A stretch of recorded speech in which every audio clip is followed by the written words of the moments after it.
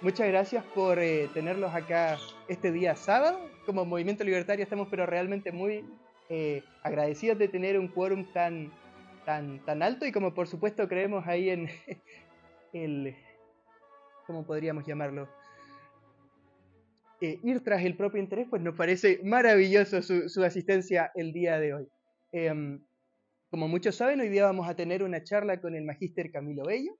Camilo es de origen colombiano, estudió filosofía en España y sacó una maestría relacionada a composición y edición de textos. Como ustedes también están al tanto, da clases en la Universidad Francisco Marroquín, da clases en la Universidad del Istmo y en la del Valle. Además de eso, es un ferviente miembro del movimiento libertario, como ustedes han podido notar. Y nada, el día de hoy nos va a estar hablando sobre un tema que me pidió que él va a hacer unas precisiones sobre un poco de qué se va a tratar, cuál va a ser el objeto. Pero antes, aprovechando que hay mucha gente nueva, vamos a presentar un poquito qué es el Movimiento Libertario de Guatemala. Y el Movimiento Libertario de Guatemala busca aprender, enseñar, defender y difundir el ideal libertario a nivel transversal en Guatemala. ¿Qué significa esto? Bueno, nosotros estamos al tanto de que la Marroquín, vaya que defiende los principios liberales, los principios libertarios. Sin embargo, me imagino que también muchos están al tanto de que esto podría ser un poco aislado o un poco a veces en algunos casos elitista. Por lo tanto, el objetivo del movimiento es impulsar estas ideas, digamos, fuera de la Marroquín, porque en la Marro lo hacen excelente, no necesitan que alguien más lo vaya a hacer por ellos.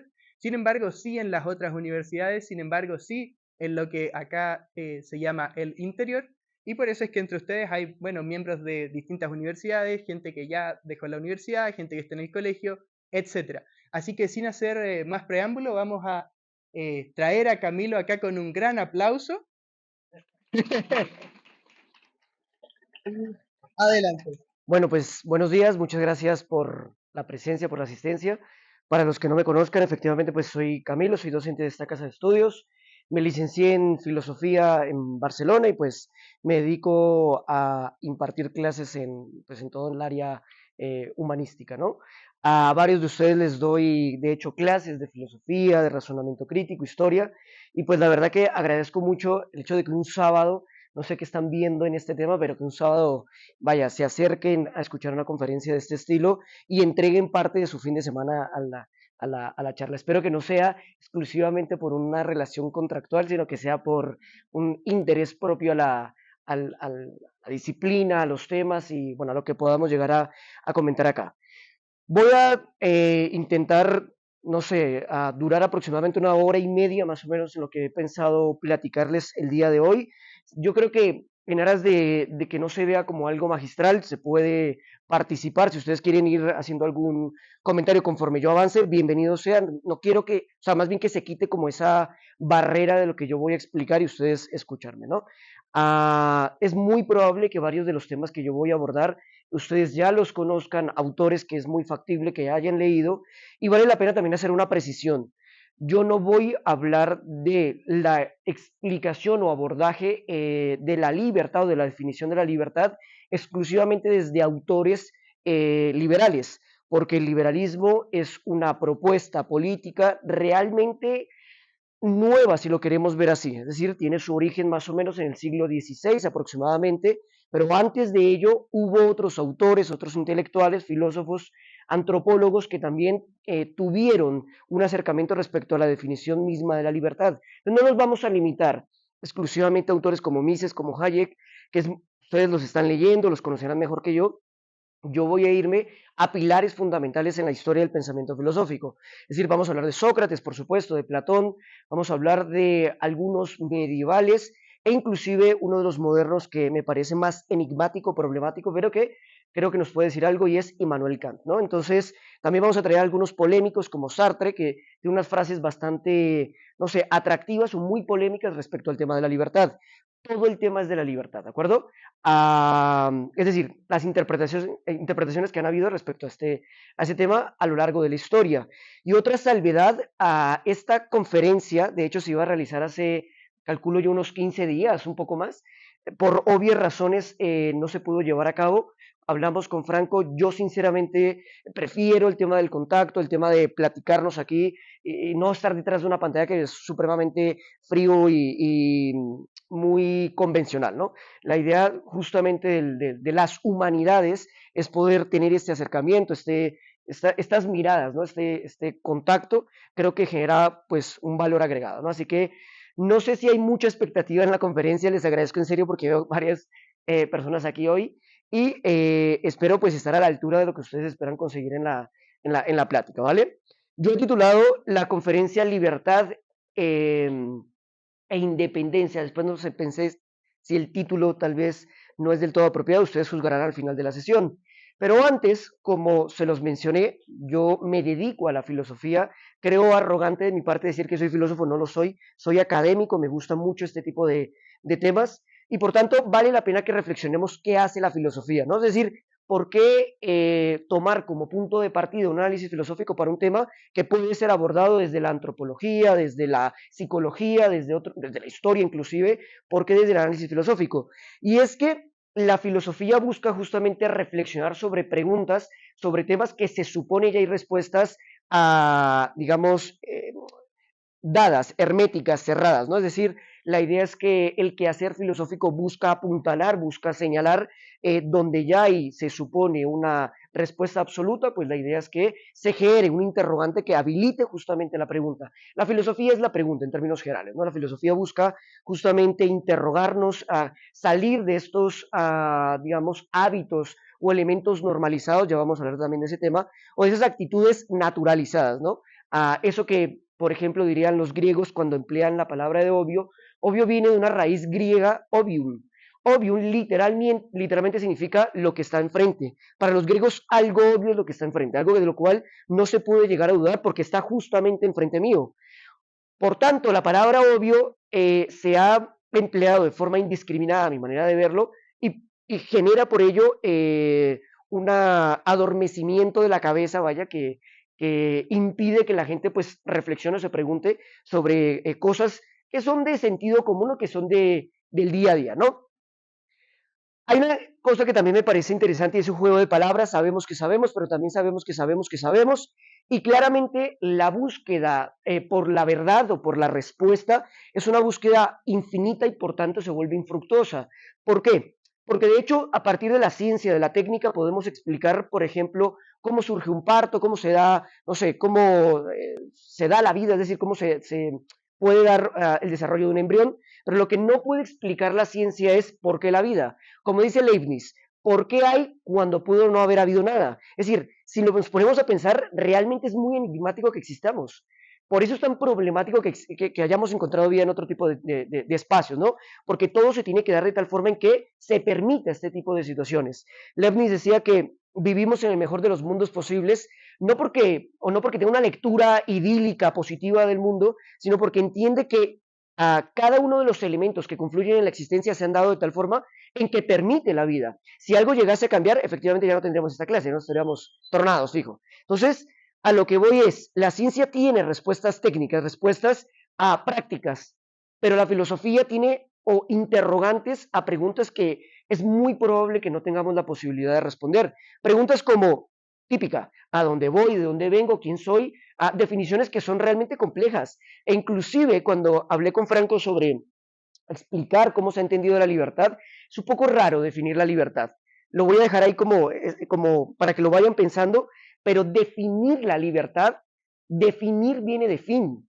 Fin es intentar enmarcar lo que es la cosa para poder ponerlo o separarlo de lo que no es. Es decir, los griegos, por ejemplo, pensaban que si definíamos las características físicas o atributos o accidentes de las cosas, de una pelota, de una manzana, lo que hace es alejarlo de lo que no es. Consecuentemente, es la ley de la no contradicción. Algo es y no puede no ser al mismo tiempo.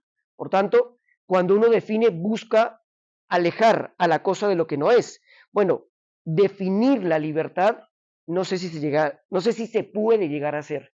Sinceramente creo que es algo que es un poco arriesgado en términos lógicos, pero vamos a ver qué han dicho algunos autores, ¿no? Como sabemos, en la vida cotidiana nada podemos admitir como infructuoso, porque si la filosofía se hace constantemente preguntas. Lo paradójico es que esto lleva a una actitud que puede volverse infructuoso por lo infinito. La cuestión es que nada podemos admitir como infructuoso, no podemos hacer cosas que no sirvan para nada. También es una posible crítica, ya que el valor predominante en la cotidianidad es la productividad. Y no hay nada más improductivo que la filosofía, porque la filosofía se pregunta por qué todo tiene que servir para algo, ¿no? ¿Por qué todo tiene que tener un resultado útil? ¿Por qué todo se tiene que hacer en miras o en búsqueda de que haya una, no sé, remuneración, un resultado, etcétera? La filosofía también critica ese tipo de cosas. Inclusive los griegos llegan a pensar el amor en esos términos. Si uno piensa que cada cosa que da, lo da con intención de que esto retorne, regrese, etcétera, para los griegos sería imposible entonces que se dé el amor, porque el amor debe priorizar siempre al otro, no a nosotros, diría Platón, por ejemplo. Por eso hablamos del amor platónico, que no es ese amor incansable. Realmente está mal interpretado el término del amor platónico. El amor platónico va más bien al tema de priorizar o darle más importancia a lo interior frente a lo exterior. Recuerden que Platón es un fuerte crítico de todo lo que se supone visualiza o ve, en tanto que cree que eso puede producir un engaño, ¿no? Entonces, para el tema, en realidad se abren dos dilemas. Si hablamos de libertad, lo primero que surge, es decir, es como obligatorio tener que decirlo de esta forma, es si somos libres. Es el primer interrogante, que yo sé que parece banal o superficial, pero si hablamos de libertad, consecuentemente tenemos que preguntarnos si somos libres. Es un poco curioso, porque si nos estamos preguntando que si somos libres, estamos haciendo un ejercicio de libertad para preguntarnos si somos libres. Ahora, la libertad, esta es otra que cuando yo comencé a implicarme en este tipo, inmiscuirme en este tipo de ideas, fue una pregunta que hasta el día de hoy me sigo haciendo. La libertad es un lugar de llegada, es decir, buscamos la libertad como un punto de llegada.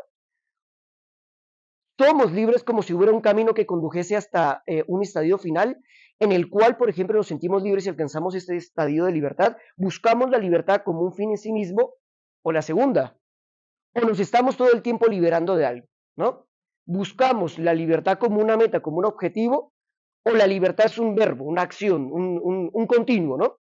Desde mi punto de vista, si tengo una postura, creo que es la segunda. Creo que la libertad no debe ser un fin, no es un objetivo, es un medio que me permite alcanzar otro tipo de, no sé, de cosas, ¿no?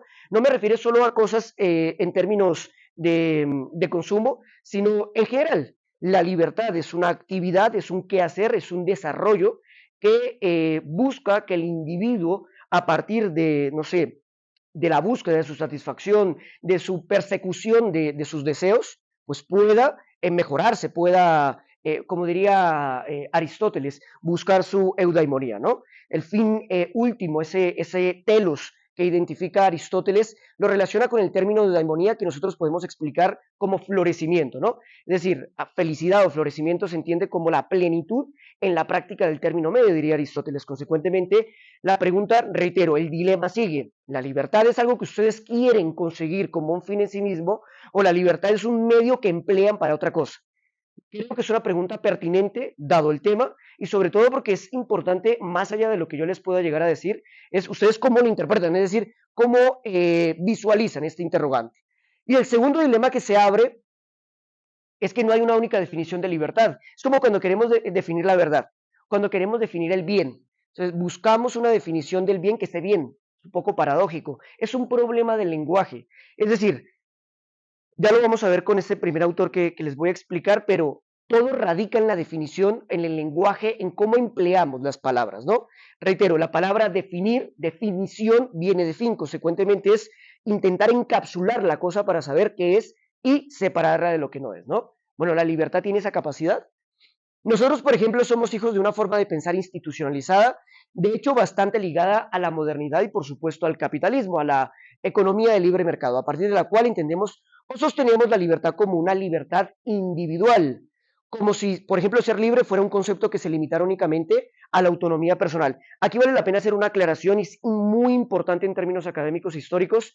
No podemos entender la libertad como la interpretan los clásicos que como se entiende en la actualidad. Pues por supuesto que los clásicos priorizan, por ejemplo, la comunidad, el comunitas, ¿no? El vivir en una polis, el vivir en apoyo al otro. A partir de la incorporación de la modernidad, siglo XVI aproximadamente, y sobre todo con los ingleses, comienza a haber una interpretación diferente a cómo surge la sociedad. Para los ingleses, para los modernos, la sociedad es un constructo social, es un acuerdo, es un pacto que realizan los individuos de forma libre con la intención de evitar una guerra de todos contra todos, como diría Hobbes. Pero para los griegos es imposible la constitución de una sociedad en tanto que eso nos antecede. El hombre no crea la sociedad, el hombre nace al interior de una sociedad, dice Platón o Aristóteles, ¿no? Porque somos un animal político, un son político. Entonces, estas visiones clásicas modernas son muy importantes tenerlas en consideración porque sí hay una distancia, ¿no? Sí hay una separación realmente importante sobre la concepción del individuo, de la identidad, de la libertad o de la comunidad. Para los griegos, por ejemplo, e inclusive para los mismos romanos, la identidad partía del hecho de haber nacido en un lugar concreto. Por eso los espartanos son espartanos en tanto el lugar en donde nacen. Los atenienses, no sé, todos aquellos griegos que van a convivir en el territorio que se conoce como Grecia, que en realidad no se llamaba Grecia. Grecia se lo atribuye, o este término se lo atribuyen los romanos más adelante con la conquista. Se llamaba la Hela de ese territorio. ¿Por qué se llamaban griegos o por qué se asumían como griegos? Era debido al idioma que hablaban, griego. Es lo que se conoce como panhelenismo. Todo el mundo habla griego, indistintamente de que hayan diferentes comunidades en donde cada una tenga su propia representación política, su constitución, su propia independencia económica, su cuerpo militar. Lo que hacía un griego ser griego es el idioma. Por tanto, pensaban en el sentido de la comunidad, en el sentido del todo, ¿no? Vemos, por ejemplo, la película de 300, donde, en la segunda, donde es un ateniense quien tiene que pedir el favor a la reina de Esparta para que su ejército pueda ayudarlos contra un enemigo común, que es los persas, ¿no? Ahí eso es lo que se conoce como las guerras, hay tres tipos de guerras, guerras púnicas, serviles y civiles. Las púnicas eran contra un enemigo en común, consecuentemente todos los pueblos griegos, Tebas, Esparta, Creta, Atenas, se unían para poder vencer a este enemigo, porque es muy factible que si no ocurría de esta manera, te podían invadir. ¿Por qué digo todo esto? Porque, reitero, la importancia que radica o que exige el hecho de que entendamos la idiosincrasia de cada una de las naciones. Por supuesto que cuando entremos en la Edad Media, a partir del siglo V aproximadamente con los padres de la Iglesia, con San Agustín, la concepción de individuo también cambia e inclusive la concepción de lo que te hace igual, ¿no?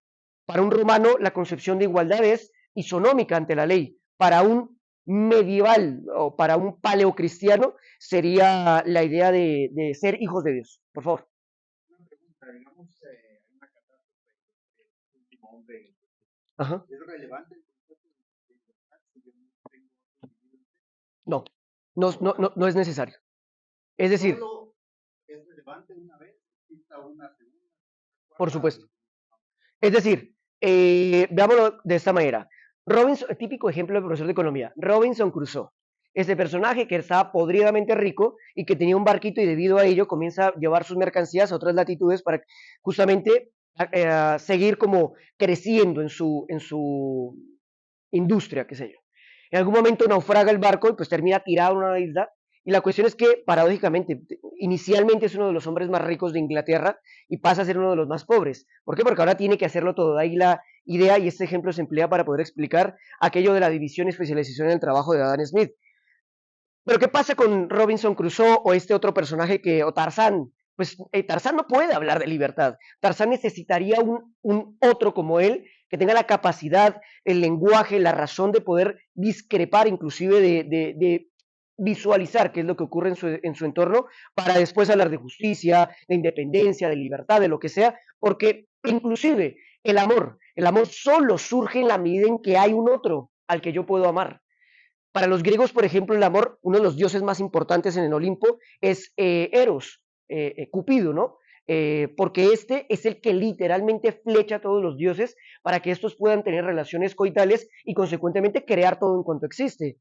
Por eso Cupido es uno de los dioses más odiados por Hera, porque Hera enamora a Zeus para que éste se vaya a tirar lo que sea, ¿no? Es decir, árboles, animales o lo que venga. Solo se puede dar esta definición si tengo a alguien con quien discutirla. De lo contrario, no habría la necesidad. Por eso dice Aristóteles en el texto de la política que en realidad el hecho de concebirnos como seres políticos por naturaleza implica la necesidad de vivir en sociedad. Solo hay dos especies que prescinden de ese tipo de característica. ¿Cuáles? Los dioses por suficiencia, un dios puede vivir solo porque es un dios, y las bestias porque no pueden estar con los demás. Entonces eso es una explicación de la libertad solo se da, como el amor, como la justicia, como la independencia o la emancipación, solo surge porque yo me emancipo de alguien o de algo. Tanto solo surge en comunidad o en sociedad. Claro, ahí está la salvedad, ¿no? De los modernos, por ejemplo, Rousseau entiende que esta libertad, si bien se da con un otro, es en tanto que ese otro puede parecer una amenaza para mí. La concepción del individuo y sobre todo otro tema importante, la concepción de la naturaleza humana cambia de una época a la otra. Decir naturaleza humana es ese elemento con el que todo el mundo nace y consecuentemente determina la naturaleza, determina la condición humana. Para los modernos hay una determinación, por ejemplo, Hobbes dice que nunca dice que somos malos, es una interpretación vaga. En realidad lo que va a entender en un documento que se llama algo así como sobre el ciudadano o el ciudadano, recuerdo muy bien, dice que el ser humano es individualista, egoísta y apartado.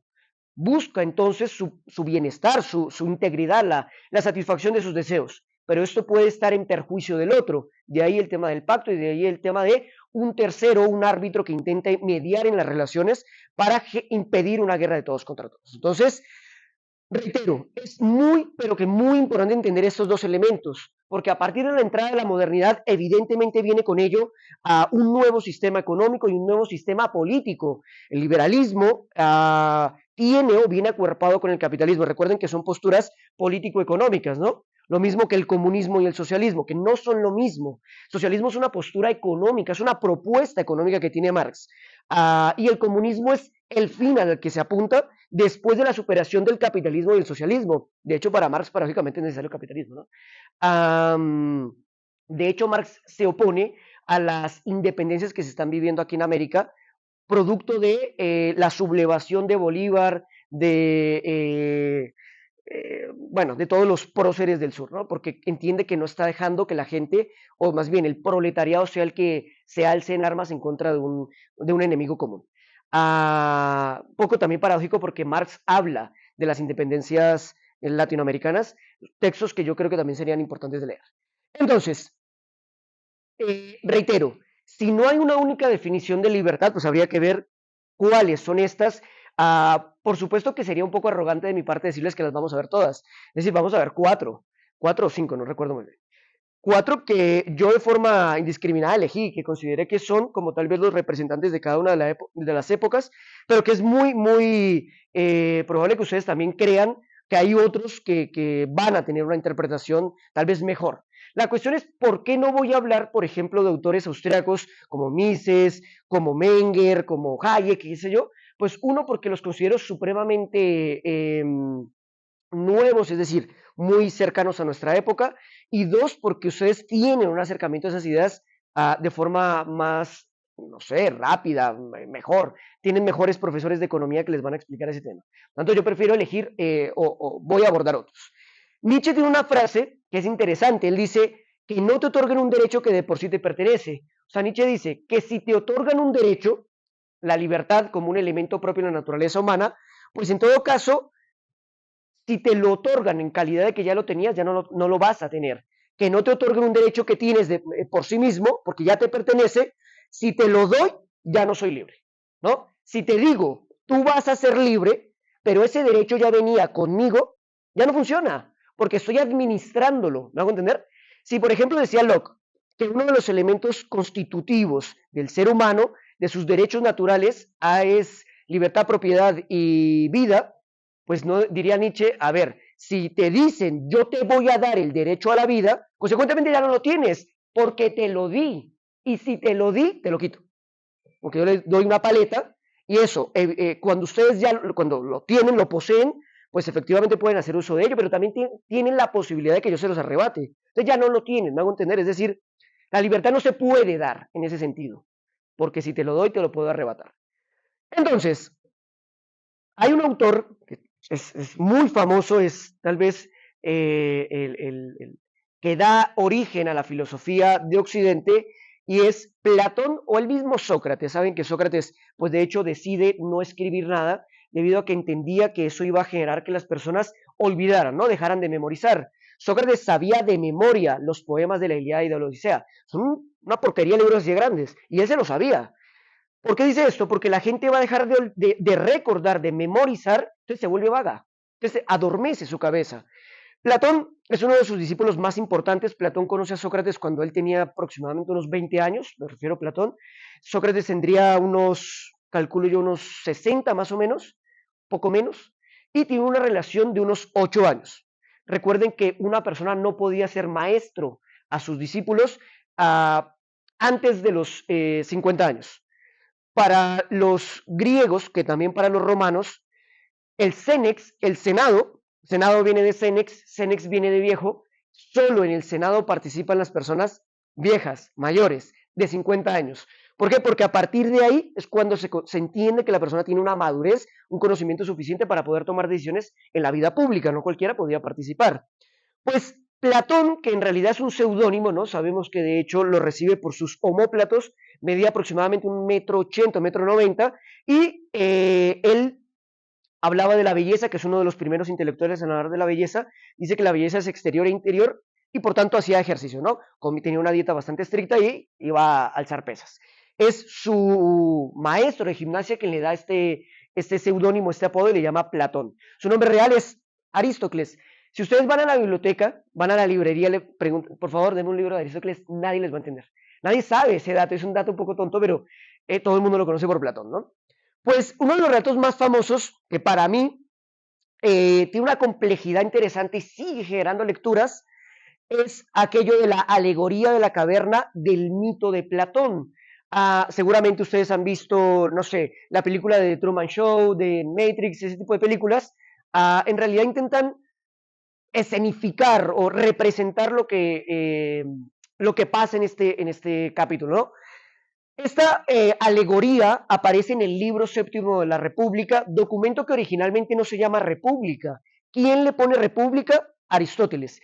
¿Cómo se llamaba el libro? Politeia, porque era en realidad uno de los gobiernos que se querían favorecer porque era participación de la ciudadanía con representación de la aristocracia, de los aristos, de los mejores. Entonces, en realidad, su nombre original es Politeia. Bueno, indistintamente, porque ni siquiera hablaban de república en ese momento. El concepto republicano es romano, ¿no? Pero bueno, en el capítulo séptimo se habla de una alegoría, y también vale la pena hacer mención que el término alegoría es un recurso literario que se emplea para explicar una cosa que es complejísima, utilizar escenarios o términos fáciles que la gente pueda, eso, aprender de forma más sencilla. Platón tiene un fuerte interés porque la gente se eduque. Platón dice que la gente es cafre, que es mala, porque la gente es ignorante. Es lo que se conoce como el intelectualismo moral. Si la gente actúa mal, es porque no se ha formado, es porque no conoce, es porque no tiene educación. Platón en su propuesta política es supremamente radical. Él dice que todo el mundo tiene que tener la misma educación a partir de los 5 años. Y todo el mundo, me refiero a que los hijos serán arrebatados de sus padres para que no haya discriminación o diferencia por apellido, recursos económicos, puesto que tenga sus padres, etc. Todo el mundo parte de los mismos escenarios. La educación para Platón es elemental y toda su obra girará en torno a cómo educa a un pueblo ignorante, un pueblo analfabeta, un pueblo que le pela participar en política. Porque él dice que la política nos constituye en todo lo que somos. Somos seres políticos por naturaleza porque nacemos en una polis. Y polis significa ciudad, y ¿quién es el que vive en una ciudad? Pues el ciudadano. Entonces todo pasa por la política, desde el pan, desde la venta de pan, desde un transporte público, lo que sea, todo es político, inclusive las relaciones afectivas. Entonces es necesario que la gente se implique o entienda ese tipo de temas, porque solo así puede exigir, diría Platón. La gente solo exige en la medida en que conoce. Yo le exijo al presidente que haga, no sé, los quehaceres o los deberes que debe realizar conforme a que yo sé qué es lo que tiene que hacer. Si no tengo ni idea de lo que hace un presidente, pues ¿qué le voy a exigir? ¿No? Básicamente no habría la posibilidad de señalar lo que se está haciendo bien de lo que se está haciendo mal. Por tanto, lo que nos explica Platón en este escenario es un espacio en donde nos pide que imaginemos una montaña que en su interior se va a desplegar una caverna. Tenemos cabal, seguramente ustedes ya han escuchado este mito, lo explico muy rápido. Está una montaña, dentro de esta hay una caverna, y en el fondo de esta caverna profunda hay una cárcel bastante particular. Evidentemente no emplea los términos de cárcel, sino que dice que hay unos individuos, unos seres aprisionados en el fondo de la caverna, y que hay una luz que se despliega desde la entrada hasta el fondo, que la luz se disipa, y lo único que pueden ver estos prisioneros son las sombras que se proyectan producto de los objetos que pasan por detrás. Es este escenario, por ejemplo, todo el mundo mira hacia la misma posición, todo el mundo siempre está mirando lo mismo, y detrás de todos pasan objetos que chocan con la luz que se proyecta, ¿no? Hay un montón entonces de prisioneros que están encarcelados, pero de un modo muy, muy extraño, están todos sentados. También es muy curioso porque uno diría, bueno, ¿y cómo? En términos lógicos esto no puede pasar, porque dice Platón, literalmente dice, nacen con grilletes, nacen con cadenas. No tengo ni idea cómo no van a hacer con cadenas. O sea, tipo, estás agarrado, es un poco extraño. Pero de un modo bastante extraño, están todos sentados en sillas, encadenados de pies a cabeza, con grilletes por todos lados, obligados a ver el fondo de la caverna. Se la pasa mirando el fondo de la caverna y no pueden hacer otra cosa. Digamos, esa es su normalidad, esa es su actividad, ¿no? Esa es su vida normalizada. Detrás de ellos hay un gran fuego y entre el fuego y sus espaldas van pasando unos objetos por arriba de tal modo en que la luz del fuego pega contra esos objetos y proyecta las sombras del fondo de la caverna. Con lo cual los prisioneros, por suerte, pueden mirar este fondo de la caverna, pueden mirar las sombras proyectadas y no pueden virar la cabeza, no pueden cambiar de postura, siempre van a estar en las mismas condiciones. Ojo a los términos que estoy empleando. Cuando empleamos conceptos como siempre, nunca, todo, son conceptos absolutos. Digamos que en filosofía se intentaría evitar esta utilización porque hay que ser cautelosos. Entraríamos en una falacia en todo caso. Esos hombres, con el paso del tiempo, ¿qué les va a suceder? Dice Platón. Como desde que nacieron estuvieron encadenados, empiezan a perder el registro de su situación porque las cadenas se vuelven habituales, es decir, como todos los individuos que se encontraban en esa misma posición estaban en esa posición desde el inicio, por tanto no van a poder cambiarlo y comienzan a habituar ese comportamiento, comienzan a sentirse que es algo de su vida cotidiana, que es algo que corresponde a su condición. Nadie se pregunta si está encadenado. Las cadenas, por tanto, se tienen que invisibilizar porque nadie se pregunta por qué tengo dos brazos, por qué tengo dos piernas o dos orejas. Es decir, uno ya entiende que es algo normal y lo anormal es lo que cambia en esta condición de dos brazos, dos ojos, ¿no? Entonces nadie se va a poner a cuestionarlo, se va a invisibilizar en ese sentido. Y entonces en ese momento es cuando dejan de percibirlas porque las han tenido siempre y hay un momento en que pierden la conciencia de la prisión, ¿no? ¿Qué les va a ocurrir en este momento? Lo paradójico, dice Platón, es que son libres. Cuando pierden las cadenas son libres. Ahora, reitero, es una metáfora, es un cuento, es un recurso literario que emplea Platón para poder explicar algo que es mucho más complejo. Platón, dato curioso, paréntesis, era muy crítico con los pintores, escultores, poetas, porque decía que no se podía aprender de ellos, dado que desvirtuaban lo desvirtuado. Recuerden que Platón estipula el mundo de las ideas y cree que ese mundo es el verdadero, el perfecto, y de ahí participan todas las cosas. Aquí está el arquetipo y las demás cosas, caballos, plantas, participan de este. Como es una copia, no es el original. Como no es el original, por tanto no podría yo llegar a la verdad por medio de una copia. ¿Qué es lo que hace un pintor? Copiar la copia, porque ve la naturaleza, la representa. Entonces dice Platón, estoy aprendiendo de un engaño sobre un engaño. Así que por eso desprestigiaba mucho su labor. Odiaba a los pintores, les dedicó una cantidad de insultos y a los poetas no digamos. ¿Qué es lo gracioso del caso? Que él emplea muchísimas metáforas, muchas. Él habla, por ejemplo, del mito del caballo alado para explicar las tres partes del alma, habla del mito de la caverna, habla de la concepción de cómo el hombre sale de su velo de ignorancia, es decir, todo por medio de cuentecitos, todo por medio de mitos.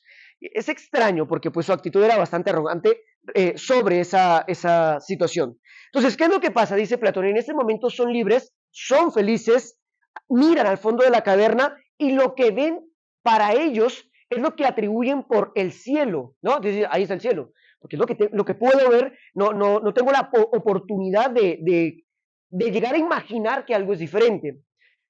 Vamos a la película de Truman Show. Si la han visto, saben que Truman pues, es un personaje, tiene una labor, tiene una actividad, tiene una pareja, y todas las cosas que ocurren, no sé si ustedes han pensado, pero hay cosas que ocurren casi que de forma sistemática, como cuando uno sale de la casa y siempre ve las mismas personas, siempre ve el mismo vehículo, todo ocurre casi de la misma manera. Truman comienza a cuestionarse eso.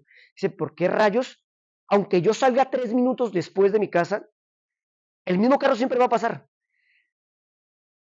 ¿Cómo se da cuenta él de que está siendo como atrapado, condicionado? Es a partir de la pregunta de que algo no está dándose de todo correcto, ¿no? Pero él nace con esta prisión. Foucault, que es un filósofo de origen francés del siglo pasado, dice, o en términos de este autor, dice que su vida se ha normalizado. Foucault es el que habla de la teoría, de la hipótesis del panóptico, y dice que el ser humano, o que no hay mejor cárcel que aquella que no se ve. O sea, claro, el prisionero sabe que está prisionero porque ve los barrotes, pero dice Foucault que la mejor cárcel, el mejor condicionamiento es aquel que no se ve. Es aquel que en todo caso, ¿dónde está la cámara?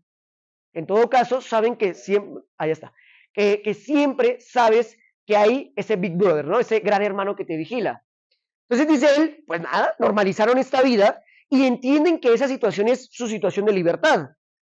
¿Cómo pueden darse cuenta de que están adentro de una caverna si se sienten encadenados, si se sienten encadenados y si solo ven eso que están viendo como única realidad? Es decir, habría la capacidad de que alguno diga, nada, que eso, que me están troleando, que me están engañando, y por tanto, ¿cómo llegar a identificar o a pensar alguno que está en esa condición, ¿no?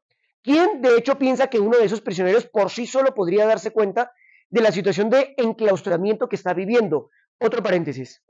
La razón también de escribir esta obra es para criticar un modelo político también. Tiene 3 funciones este mito.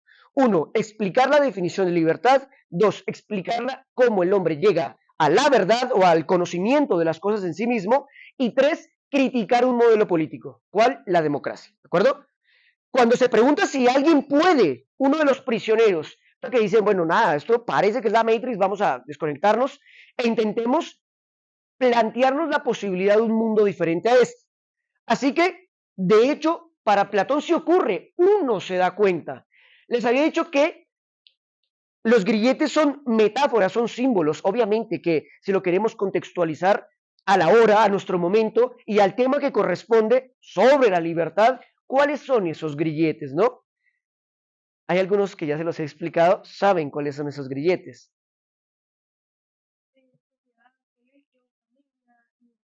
Ok, perfecto, por ahí va la cosa. Es decir, antes de explicar eso, de continuar en esa línea, veamos que dice Platón que un día un prisionero se levanta en la mañana y ve debajo de él las cadenas en el suelo. Es decir, es como si ahora tuviera la capacidad de poder reconocer que todos los que se encuentran en el espacio tienen esa condición de prisioneros, de imposición. Cuenta Platón que las cadenas van a ceder, no me van a preguntar cómo, porque alguien, pues eso, alguien tiene que pasarle, alguien tiene que decir, bueno, el flipado, ¿no? Diría Nietzsche. En el libro del Zaratustra, Nietzsche utiliza la figura del Zaratustra, que sí fue una persona que existió, que no un mesías, no, no es un mesías, sino un profeta. Fue un profeta que viene a dar un comunicado, dice Nietzsche. La cuestión es que él, el Zaratustra, se había ido 10 años a una montaña para pensar. Porque él dice, hay algo aquí que está siendo extraño, algo que no funciona. Zaratustra se va y cuando entiende las cosas dice, la frase es muy enigmática, ya estoy listo para ir a dar, dice Nietzsche. Entonces él baja. ¿Y a dónde llega el Zaratustra? A un mercado. Llega como al mercado de zona 1. Dice, ¿qué hay acá? El mercado es el mejor ejemplo para explicar las relaciones humanas, ¿no? Hay intercambio, hay dinero, hay palabras, hay diálogo, hay gente corriendo, etc. Y Zaratustra dice, es una frase un poco rara, dice, vivimos el tiempo del último hombre. Claro, nadie te va a entender, es que si también llegas con esos comunicados, también lo que tiene la filosofía, ¿por qué no decías, mire, resulta que llegué a la verdad y esto no es la verdad? No, pues vivimos el tiempo del último hombre.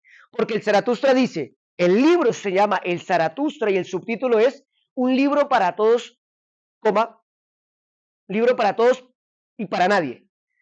No, la coma no va, y para nadie. ¿Por qué para nadie? Porque en algún momento todo el mundo tendría que entender esto. El Zaratustra y la República de Platón tienen elementos que confluyen, que se comparten, porque ambos buscan lo mismo.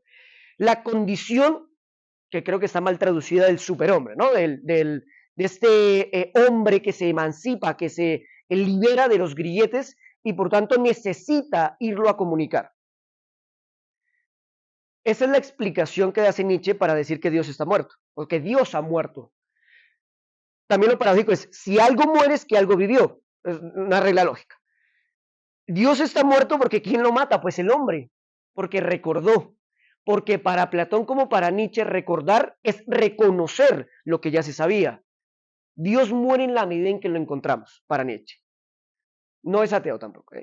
Entonces, este prisionero se libera de sus ataduras, sale de la caverna que había vivido toda la vida dentro de un topper y que había vivido una realidad completamente, de hecho, distinta. ¿Qué hace este personaje único que se puede liberar?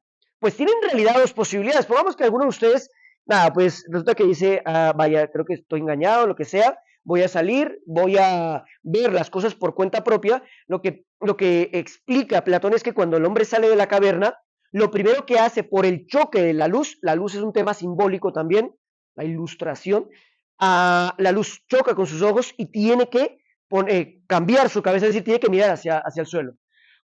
¿Por qué? Porque no puede ver el sol en sí mismo porque lo enceguece, ¿no? También es un poco curioso eso. Lo que primero va a ver es el suelo y va a ver las sombras proyectadas en el suelo, algo con lo que estaba habituado. Conforme camina, comienza a erguir su cuerpo y a ver los objetos por sí mismo. Ahí es cuando cae en la cuenta de nada. Yo estaba siendo engañado y lo que estaba viendo era una proyección. Ahora sí, tiene dos posibilidades. O vuelve a salvar a los propios o se va a descubrir el mundo. ¿Qué harían ustedes? ¿Se van o regresan? ¿Te vas? Regresar. ¿Alguien no regresaría? Solo por curiosidad. No regresarían. ¿Alguna razón? Ok. Es una interesante respuesta. Breve pero interesante. ¿Qué es lo que pasa? Dice Platón. Si tú tuviste la capacidad y la oportunidad de ver las cosas por cuenta propia, es decir, de llegar a la verdad, es un deber moral regresar. Porque que te quedes afuera, solo, podrido y solo, no va a servir de nada.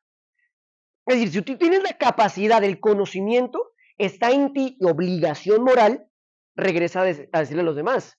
Obviamente está hablando aquí de alguien, ¿de quién? De su maestro, de Sócrates. Sócrates fue el que el oráculo de Delfos dice, es el hombre más sabio. A ver, los oráculos no se equivocan, porque el oráculo era un dios, bueno, un semidios que estaba aquí, en donde todos los hombres iban a consultar normalmente situaciones de guerra. Si ustedes han visto 300, la 1, Leónidas va al oráculo.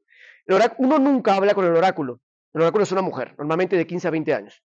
Tenía que ser virgen y nunca podía tener contacto visual. Los oráculos representan a Atenas, la diosa de la sabiduría, Artemisa, la diosa de las artes, y a otra que siempre se me olvida que también pertenece al Olimpo, pero representa a 3 mujeres. La persona iba, ofrecía un tributo, normalmente era un animal, un ave muerto, se lo entregaba, y era el señor que estaba en la puerta, era el que le hacía la pregunta al oráculo. De hecho, lo vemos en la película, es un señor que dice, bueno, ¿esto qué va a pasar? La respuesta que da es algo que tiene que ocurrir. ¿Por qué? ¿Qué pasa con los dioses? Los dioses controlan el tiempo. Cronos, cronología, Cronos es uno de los titanes más importantes, ¿no? Zeus, Apolo, que controlan el tiempo. Entonces, pues como saben qué es lo que va a ocurrir, ¿saben? Prometeo, aquel titán que roba el fuego para los hombres, para los humanos, es el dios protector de los humanos según los griegos, porque le robó el fuego al Olimpo. Y Prometeo viene a significar el titán o el dios que ve el futuro. Prometeo tenía un hermano, un gemelo que se llamaba Epimeteo. Epimeteo es el que ve el pasado. Prometeo es el que ve el futuro. Por eso decimos promesa. ¿Qué es una promesa? Pues es algo que va a ocurrir en un tiempo por venir. Yo prometo sacar adelante mi carrera. Yo prometo amarte toda la vida. Vaya, esa vaina tiene que ocurrir en un futuro, ¿no? Es decir, no va a ocurrir. Entonces, ¿qué pasaba? Cuando el oráculo dice, Sócrates es el hombre más sabio de Atenas, no se equivoca. ¿Y qué es lo que hace Sócrates? Reconocer su ignorancia, porque la gente era muy arrogante y decía, no, yo sí sé. Entonces, fue frente a la gente y le dice, bueno, usted que trabaja en el Estado, trabaja de político y define la justicia. ¿Qué es la justicia? Todo el texto de la República, el tema es hablar de la justicia. ¿Qué es el amor? ¿Qué es la belleza? Se da cuenta que nadie sabe realmente o nadie domina la definición o la verdad. Por lo menos yo creo que frustrado, creo que también tenía un mega problema el personaje este. Un día frustrado habrá dicho, nada, yo por lo menos les voy a reconocer que no sé. Y mi interés es formarme, es filosofar, es acercarme a la verdad, ¿no? Así que reitero que es un deber moral que el hombre que sale deba regresar. Platón no resuelve nada con esto, esa es la tensión de la filosofía, se hacen preguntas que nos distienden de la vida normalizada, pero no quieren ser escuchadas porque nos hacen dudar de lo más íntimo de lo que está funcionando. Mira, ¿por qué a la gente le jode la filosofía? Porque la filosofía en realidad no da respuestas, en realidad lo que genera es un mega problema, un dolor de cabeza. Porque te dicen, por ejemplo, preguntas así como medio extrañas cuando te lo planteas y ¿qué quiero ser de grande? Pues la misma pregunta está mal planteada. Porque ¿qué quiero ser? Ahorita no soy nada y aparte, ¿qué quiero ser? Voy a ser bombero. ¿Eso entonces define lo que yo voy a hacer? ¿El ser se define a partir de una actividad laboral? No. Entonces, la filosofía es que es problemática porque a lo que ya estaba dado, a lo que ya funcionaba, dice, tal vez no. Entonces, ahora sí, ¿cuáles son esas cadenas? Pues las cadenas son el lenguaje. No podemos pensar fuera del lenguaje. Derrida dice que todo es texto en la medida en que todo lo que vemos o todo lo lo explicamos por medio de palabras. No podemos pensar fuera de las palabras, ¿no? Primero es la palabra, después es el pensamiento. Uno sueña con palabras, ama con palabras. Uno expresa su amor con palabras. Uno organiza sus ideas con palabras. Entonces dice Platón, eso es una cadena. ¿Por qué? Porque hay cosas que, como dice Heidegger, el hombre habla el idioma de las cosas, no habla el idioma del ser. Por tanto, hay cosas que no son imposibles. Nosotros hablamos el idioma de las cosas porque podemos definir que es una mesa, pero el ser, el elemento ontológico, no se puede saber. Como definamos a Dios, mano, no lo sabemos. No podemos definir eso. Un poco arrogante de querer definir a Dios, ¿no? No, Dios es perfecto. ¿Qué calidad de perfección estás diciendo tú? Sigue siendo una definición humana, en tanto humana, imperfecta, porque tenemos la condición de ser imperfectos, finitos, limitados, etc. Entonces dice Platón, la cadena es el lenguaje, la cadena es el cuerpo, alguien tire a ver si puede volar, no pueden, no vayan a probar, porque, es decir, el cuerpo es una limitación, no podemos ver a través de los objetos, no podemos ver los rayos ultravioleta, ¿no? Es decir, hay limitaciones en el cuerpo, pero además los miedos, los prejuicios, los racismos la sociedad sería una limitación según Platón, porque crea ese condicionamiento, ¿no? Entonces, liberarse es comenzar a hacer filosofía para Platón. Y ya concluye este primer autor, perdón. Y si tal vez ese prisionero cuando sale y ve el mundo real, con el tiempo se va acostumbrando tanto a la mirada, o sea, el que sale, el Sócrates que sale, se da cuenta que lo que está viendo las sombras, pone su cuerpo erguido, ve el objeto en sí mismo, pero puede ocurrir otra cosa, una paradoja. Con el tiempo se va acostumbrando tanto a la mirada que se va dando cuenta de que ese mundo real, que ese cielo del mundo verdadero, tal vez no sea sino el fondo de otra caverna más grande, que a su vez sea el fondo de otra caverna más grande y que a su vez remita a otra caverna más grande. Que ser libre, desde Platón, es en serio una definición que a mí me encanta, ser libre no sea entonces otra cosa sino salir todo el tiempo de cavernas. La libertad para Platón es una actividad constante. Cuando Platón dice, el que sale la puede joder, ¿cómo? Normalizando esa nueva realidad. Entonces, ¿qué tiene que hacer? Volverse a salir y volver a salir, porque es una actividad, es un imperativo, es una propuesta que se tiene que estar dando continuamente, ¿no? La filosofía no es un punto de llegada, es un quehacer. La filosofía no es una profesión, es una vida, ¿no? Por eso dice Pitágoras, yo no soy sabio, yo soy amante de la sabiduría. Pitágoras es el primer intelectual que se denomina como filósofo. En cambio, los sofistas decían, no, yo sí soy sabio. Por eso los sofistas significaba sabios. Sócrates sigue con ese enunciado y dice, yo amo la sabiduría, yo amo el conocimiento más bien, yo amo conocer, intentar llegar a la verdad, y ese es el quehacer del filósofo, amar la verdad, amar el conocimiento, indistintamente de que sabemos que no lo podemos saber todo. Como diría Kant, podemos conocer el fenómeno, no el noúmeno. ¿El noúmeno qué es? Pues lo que se escapa, lo que nunca podamos a poder saber. Preguntas, ¿estamos bien? Esta es la primera, ¿eh? Vamos a la segunda. De hecho, esa es más elemental. Si estamos hablando de libertad, como lo hemos ido explicando, hay muchos modos de definir la libertad y a lo largo del tiempo han habido diferentes definiciones. Una de las más elementales de la libertad es no ser esclavo. La condición jurídica de un esclavo, ¿qué es? Aquel que carece de condición jurídica, es decir, que no tiene reconocimiento constitucional o no tiene derechos. Para Aristóteles, el esclavo es literalmente una máquina viviente. Él habla de propiedad animada, propiedad inanimada. La animada, pues el esclavo. La inanimada, una tostadora. Pero es que resulta que ambos, dice Aristóteles, funcionan en la medida en que alguien le dice, hágale, haga esto, ¿no? El esclavo es una propiedad animada como un caballo. Funciona en la medida en que el amo, que tiene condición de libertad, le da la instrucción para que éste la lleve a cabo. Entonces, una cosa elemental para los griegos, por lo menos, era no ser esclavo. La libertad era aquel individuo que en su condición jurídica estaba censado. Si no estaba censado, te jodiste. Ahí sí, te tocó ser esclavo.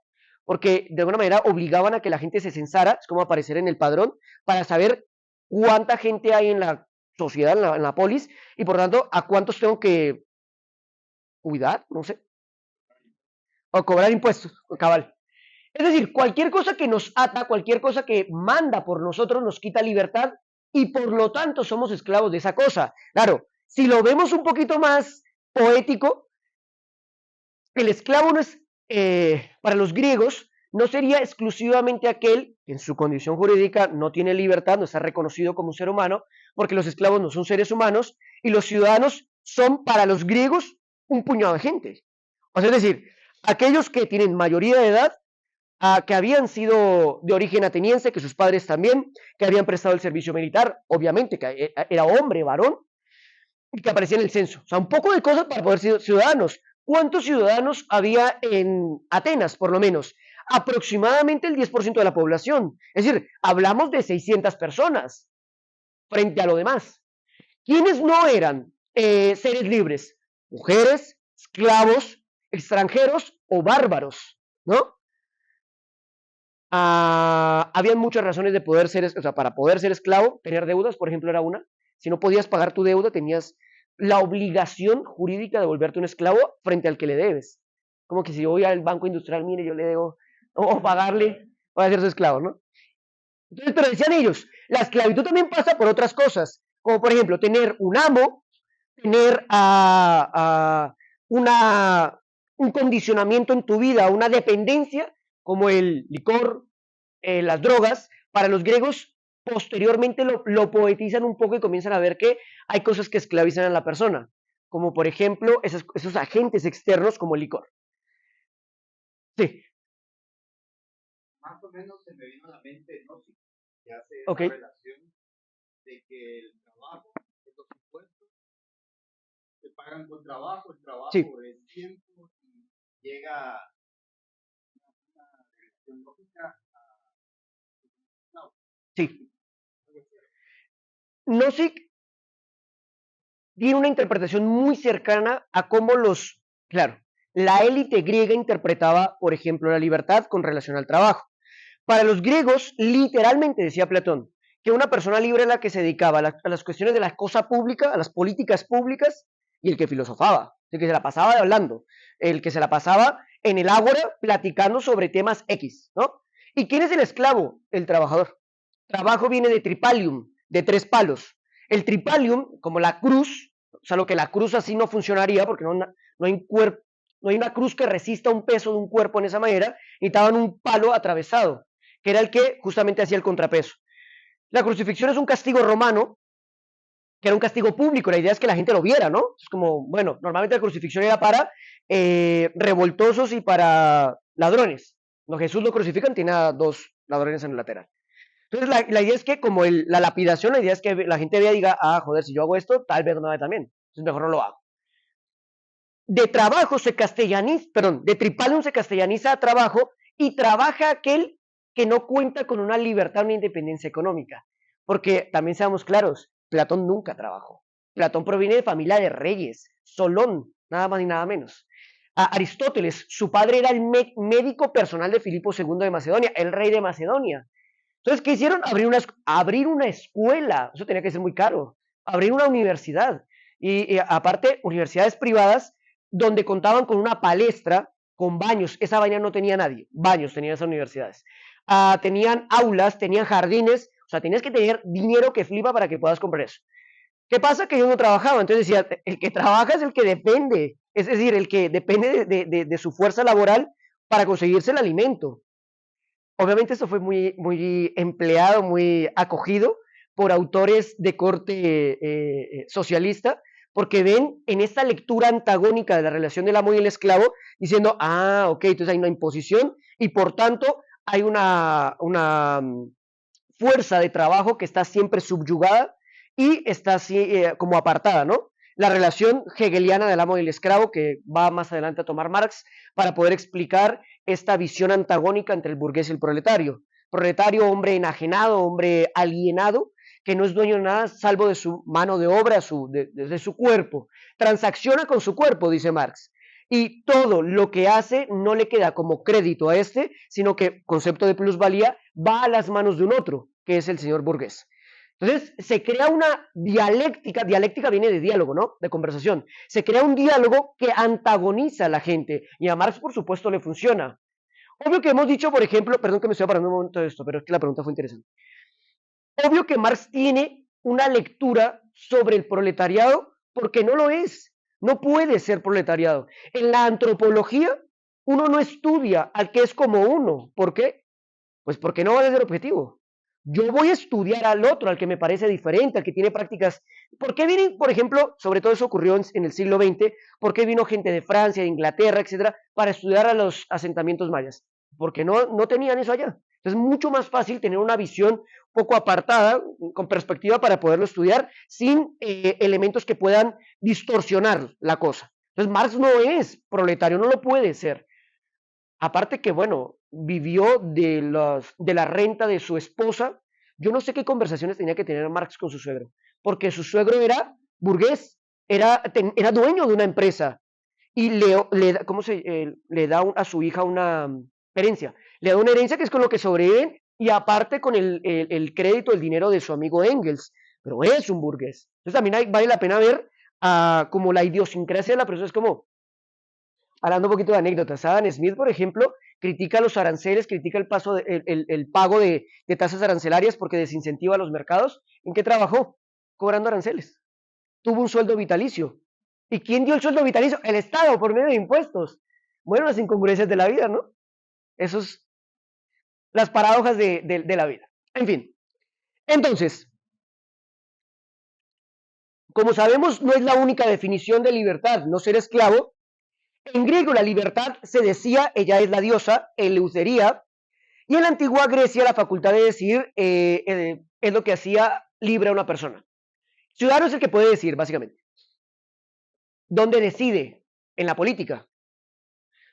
Ahora, ¿por qué Platón está empleando este discurso como crítica al modelo democrático? Porque sabemos que Sócrates es condenado a muerte por 500 individuos que lo encuentran culpable de ser ateo, de manipular la verdad y de corromper a los jóvenes. Gracias. ¿Qué pasa? Que esta mayoría, 275 votos a favor, lo condenan a morir. Entonces Sócrates, la democracia es una porquería. La gente está votando sin saber qué rayos está haciendo. La democracia habilita que el ignorante, el analfabeto, el que no tiene ni idea de nada, vaya a decir, a tener un voto que pueda condicionar la vida de alguien o de todos. Por eso para Platón la democracia es lo peor que puede existir, porque aparte la democracia deriva en algo que todavía es peor, la tiranía. El demagogo, el que dice, venga, que eso es una anarquía, yo puedo organizarlo, no se preocupen, yo tengo las facultades, ¿no? La idiosincrasia, déjenme a mí. Entonces viene el demagogo, el tirano y ya se vuelve esto peor. Entonces, reitero, para Platón lo mejor es una aristocracia, el gobierno de los mejores, ¿no? El gobierno de los preparados en ese sentido. Otra que también está muy ligada a la filosofía ya posterior a Alejandro Magno sería la de la etapa helenística, y es la concepción que tienen los estoicos respecto a la libertad. Los estoicos proclamaron, que se puede alcanzar la libertad y la tranquilidad tan solo siendo ajenos a las comodidades materiales, o sea, la fortuna externa. Los estoicos, por ejemplo, dicen que las cosas materiales condicionan a la persona a querer esa cosa. La necesidad es carencia. El que carece, obviamente, carece en tanto que le hace falta, ¿no? No lo tiene.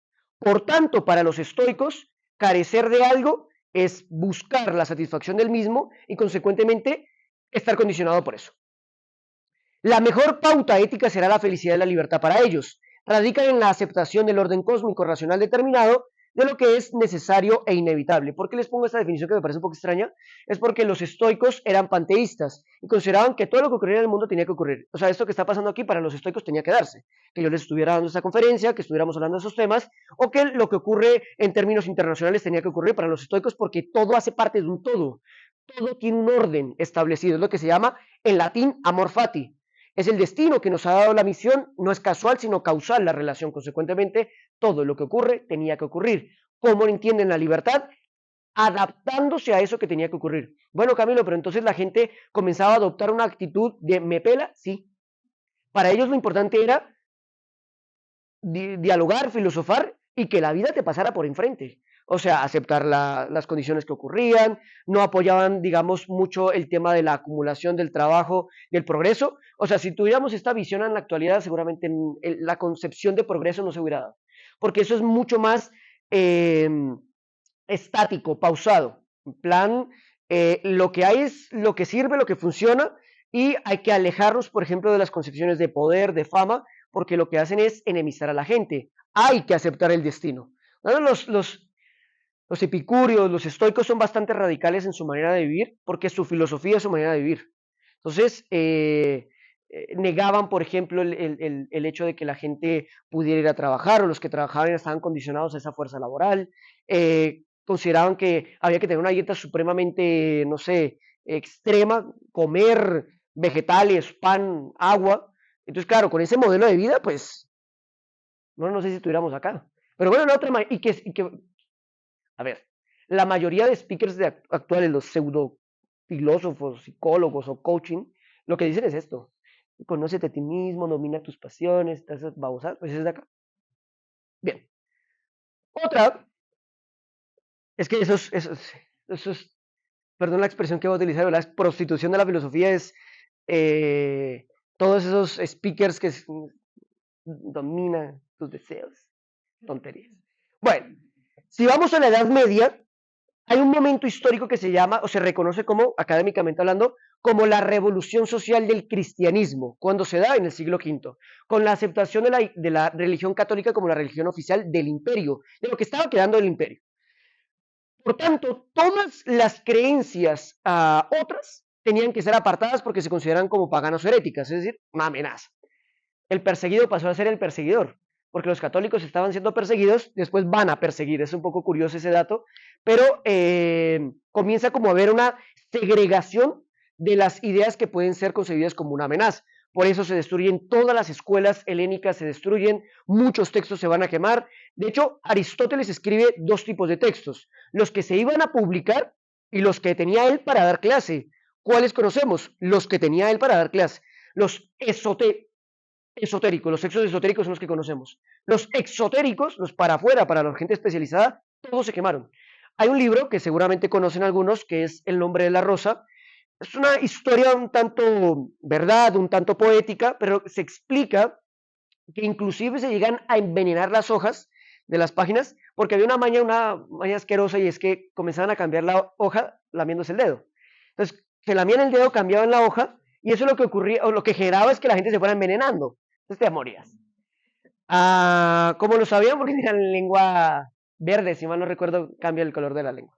Entonces, a partir de la perspectiva judeocristiana, porque no se puede separar, proviene de los judíos, cambia la concepción de libertad, porque cambia la concepción del humano. O sea, ahora el humano se define de otra manera. Aristóteles decía que el ser humano era un animal racional que contaba con 3 tipos de alma: vegetativa, sensitiva e intelectiva. Obviamente los cristianos no van a decir que somos animales. Entonces cambia la percepción antropológica. La libertad era encontrar la verdad para los cristianos. Bueno, de hecho no sé si ustedes son creyentes, yo sí. Desde la perspectiva judeocristiana, lo que nos hará libres es la verdad. ¿Y quién es la verdad? De hecho es alguien, Jesús, Dios. La verdad nos hará libres, pero ¿qué es la verdad desde el punto de vista cristiano? La verdad es Cristo, por lo tanto, se es libre cuando nos parecemos a Cristo. Por eso se llama la vida de santidad, ¿no? Entonces, en la medida en que homologamos, en la medida en que realizamos o llevamos a cabo los mismos pasos que llevó a cabo Jesús, en cierta medida, eso nos hará libres. Pero después, ¿qué dijo San Agustín? Eso no convence a nadie. Realmente eso es muy superficial o muy elemental para que la gente se quiera evangelizar, ¿no? De ahí la concepción de la Trinidad. Cuerpo, alma, espíritu. Para el medieval San Agustín de Hipona, que es uno de los padres de la iglesia más importantes de la Edad Media, de hecho uno de mis santos favoritos, dice que la libertad es distinta al libre albedrío. El ser humano tiene libertad, tiene libre albedrío, ¿no? El ser humano cuenta con esa característica a diferencia de cualquier otro tipo de ser vivo, porque todos los animales son o actúan conforme a un instinto de supervivencia, de reproducción, lo que sea. Pero resulta que nosotros tenemos la capacidad o la posibilidad de evaluar si hacemos o no lo hacemos, de tomar una clase, yo no creo que las cucarachas estén tomando hoy una clase de filosofía hablando sobre la libertad cucaracha, o sea, es un poco extraño eso. Nosotros sí tenemos la posibilidad de discrepar, dialogar, de complejizar tanto nuestra vida, de decir, ¿qué voy a hacer con mi vida? ¿A qué me voy a dedicar? ¿Voy a viajar? ¿Voy a ser padre o no lo voy a hacer? Complejizamos nuestro mundo. Eso se produce a partir de que contamos con libertad, dice San Agustín. Pero una cosa es la libertad y otra cosa es el libre albedrío. No es lo mismo para Agustín. El libre albedrío es la capacidad de elegir A o B. En cambio, la libertad es la capacidad de elegir bien. ¿Vamos a entender?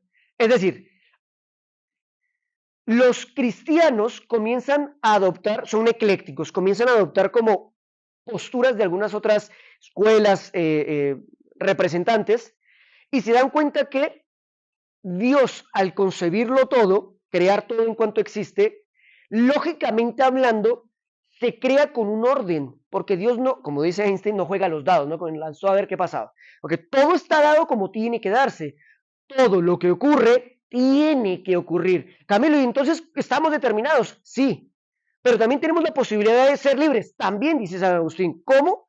Nosotros no tenemos el conocimiento de lo que va a ocurrir para nosotros. ¿Quién es el que sí sabe? Dios. Porque pues Él fue el que los creó, se acabó. Nosotros no tenemos ese conocimiento, por tanto, la libertad la ejercemos en la medida en que perseguimos eso que se ha dado para nosotros. El libre albedrío es elegir, pero también se puede elegir mal. Visto desde un ejemplo, si elegimos comer sano o lo que nos daña el cuerpo, solo seremos libres si elegimos lo sano. Si elegimos lo que nos daña el cuerpo, seremos esclavos de esa mala decisión. Recuerden que Agustín no va a afirmar que la maldad exista, va a afirmar que es una interpretación humana, es una concepción humana que tiene el hombre respecto a las cosas que le hacen mal, que le hacen daño. Santo Tomás dice inclusive que de las cosas malas que nos llegan a ocurrir o que nosotros vamos a identificar como malas, de ahí Dios sacaría algo bueno. Dios nunca puede haber creado la maldad, es algo contraproducente o no es lógico en su característica de perfección, todopoderoso y benevolente. No es que no pueda hacerlo, pero es que en sus características, ¿para qué rayos iba a crear el mal? Es como, se los explicaba a mis estudiantes de pensamiento político, creo.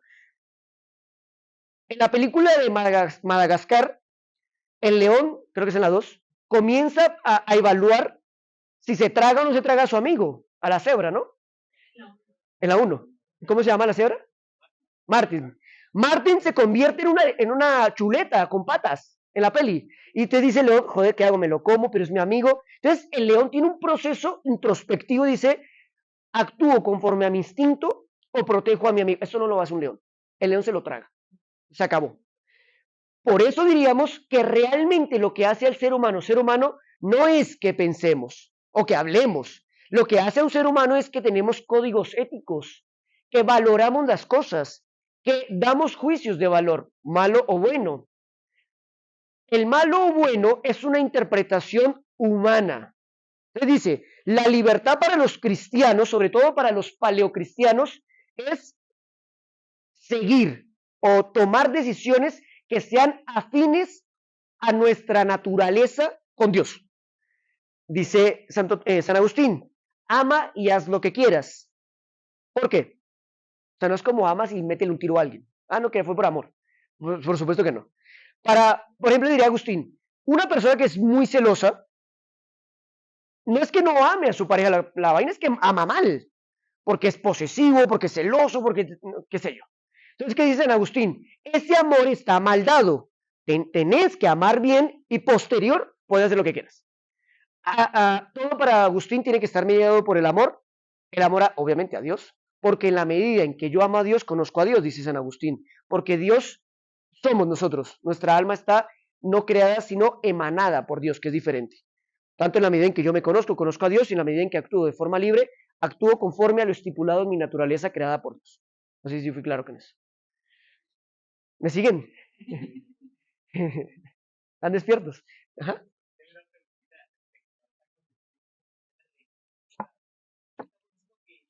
¿Te apegaría? Sí. Es la idea cristiana. Sí. Pero entonces, habría que valorar a Cristo. Y él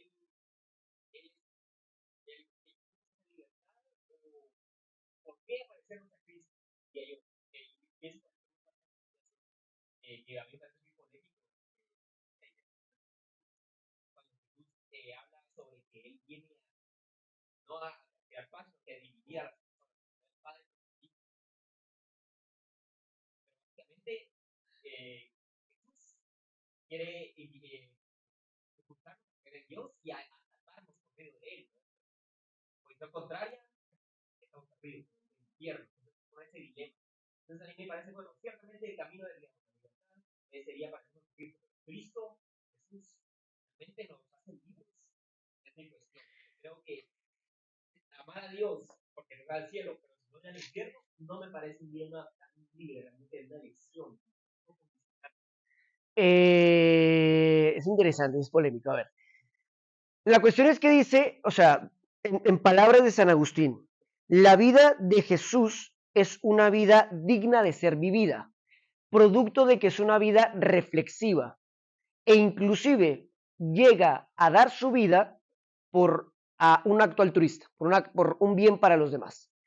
A cosa que se supone, si lo queremos ver así, que Sócrates también lo hace, entrega su vida por una razón. Es decir, es consecuente a sus ideas y por tanto sabe que si las llega a rechazar no serían tan dignas de seguir, ¿no? Seguir la vida de Jesús o los pasos desde esta, digamos, interpretación es promover una concepción de evangelización o de amor de tal forma en que todo el mundo va a ser peregrino, va a ser un pasajero para llegar a lo que diría San Agustín, la ciudad de Dios o la Civitas Dei. La ciudad de Dios es un lugar donde no hay libertad, pero tampoco se necesita. La ciudad de Dios no hay política, pero tampoco se necesita. Porque pensemos esto, nosotros tenemos libertad porque es algo que nos permite, digamos, desenvolvernos o realizar de nosotros algo que consideramos es digno de ser vivido. Pero en la ciudad de Dios lo que hay es lo que tiene que haber. Por supuesto que tiene razón que es una visión determinista, sí la es, salvo que es la que es, me hago entender, es la que tiene que ser. Aquí habría la posibilidad de elegir, también de elegir mal, producto de esta, digamos, característica y es la duda. De hecho, los primeros hombres son los que muestran esa actitud reflexiva y de rechazo. Si lo queremos ver así desde una perspectiva política, Adán y Eva fueron los primeros en oponerse a un poder, al poder de Dios. Y dicen, bueno, pues vamos a ver qué pasa. Entonces, producto de esa libertad es que dice, bueno, lo que pasa es que también eso es muy polémico lo que voy a decir. Producto de la libertad que ejercieron los hombres, estamos condenados. Y por tanto, por esa condena, todos tenemos que seguir el mandato de un hombre, sería el rey o el papa. Claro, eso no es una libertad, pero entendamos el momento en el que estamos, ¿no? Todo el mundo estaba matando, Roma se estaba yendo abajo, había un poco de conflictos armados, bélicos, habían diferencias entre las partes. Entonces dijeron, miren, para evitar, lo que siempre se ha querido evitar es una anarquía. Entonces, para evitar una anarquía, una guerra de todos contra todos, sigamos el mandato de alguien, el rey. Por eso apostaba por una monarquía absoluta. Claro, eso es lo menos, eso es lo más antagónico a la libertad, ¿no? Pero bueno, él la vio de esa manera porque es una libertad condicionada que evita que la gente se autodestruya, porque la gente desde esa postura es como su peor enemigo. Yo soy anarquista y la anarquía es orden, solo para una cosita. Hay un filósofo, de hecho, yo soy ateo católico. ¿Ok? Hay un filósofo que, tú lo sabes, que decía vivir como si Dios existiera. Ok, sí. El vivir como si Dios existiera, aunque no creamos en Él, de hecho, es coherente y te hace vivir de una manera ética. Y la ética es la base. Yo no encuentro discrepancia entre la ética cristiana y la ética libertaria. Hay una frase, no sé si es Tolkien o el que dice, si Dios está muerto, todo está permitido. De hecho, esa es la crítica que hace Nietzsche. Nietzsche dice, no necesitamos de Dios para saber que tenemos que ser buenas personas. Uno tiene que ser buena persona indistintamente de que exista un más allá, un cielo, un nirvana o lo que sea. ¿Por qué siempre apostar por la visión, dice Nietzsche, de que hay una, digamos, una entidad que vigila, que evalúa lo que haces y consecuentemente, producto de esta acción, vas a tener una remuneración? Si la gente tiene que ser buena porque toca, porque es lo correcto. Entonces, de ahí la crítica que hace más bien, no a Dios, sino a la institución, porque también valía la pena dividirlo, ¿no? Religión, institución, Dios, etcétera, porque pues es diferente. Aquí sí hablaríamos como que de todas confluyen. Solo como, si no mal entiendo, lo que nos están diciendo es que la libertad es una libertad que tiene un fin, o sea, es un camino para el que y entonces, no había escuchado una vez una palabra, es que alguien decía que pues el cielo, la ciudad de Dios, sería precisamente vivir el bien, Sí, sí. en cambio el infierno sería estar frente al bien y Es muy buen resumen y creo que eso reúne los elementos importantes de San Agustín. Tienes toda la razón, te la compro. Es elegir el bien, siempre queriendo elegir ese bien, la ciudad de Dios. Y la Civitas Diabolo, la ciudad del hombre, sería la oportunidad de elegir, pero elegir mal. Porque el que se mete droga elige, pero pues está autodestruyendo, ¿no? El que es alcohólico elige. El que mata a alguien elige. Entonces dice Agustín, la cuestión es que elige mal, ama mal. Ama y haz lo que quieras, condiciona el comportamiento que tenemos. Pero amar bien. ¿Y cuál es la finalidad? Pues en última instancia llegar a Dios. Esa es la finalidad del hombre. Lo demás son elementos que son necesarios para poder aprender.